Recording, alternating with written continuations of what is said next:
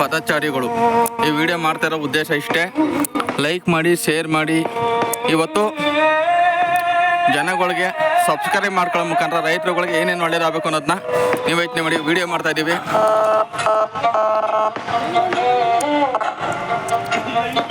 ಕರ್ನಾಟಕ ರಾಜ್ಯ ರೈತ ಹೋರಾಟಗಾರರ ಸಂಘ. ನಿನ್ನ ಕಡೆ ಎಲ್ಲ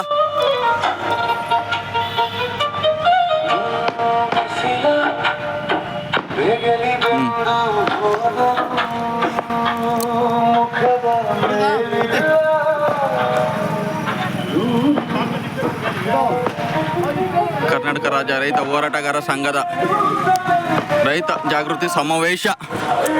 ಪ್ರತಿಯೊಬ್ಬರು ಬಡವ್ರ ಜನಗಳಿಗೆ ಹೆಲ್ಪ್ ಮಾಡಿ.